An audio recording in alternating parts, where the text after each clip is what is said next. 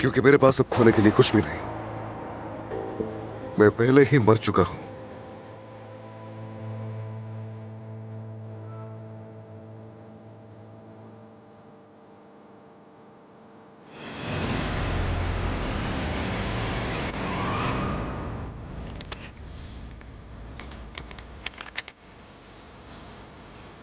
अपना हाथ खोलो, खोलो।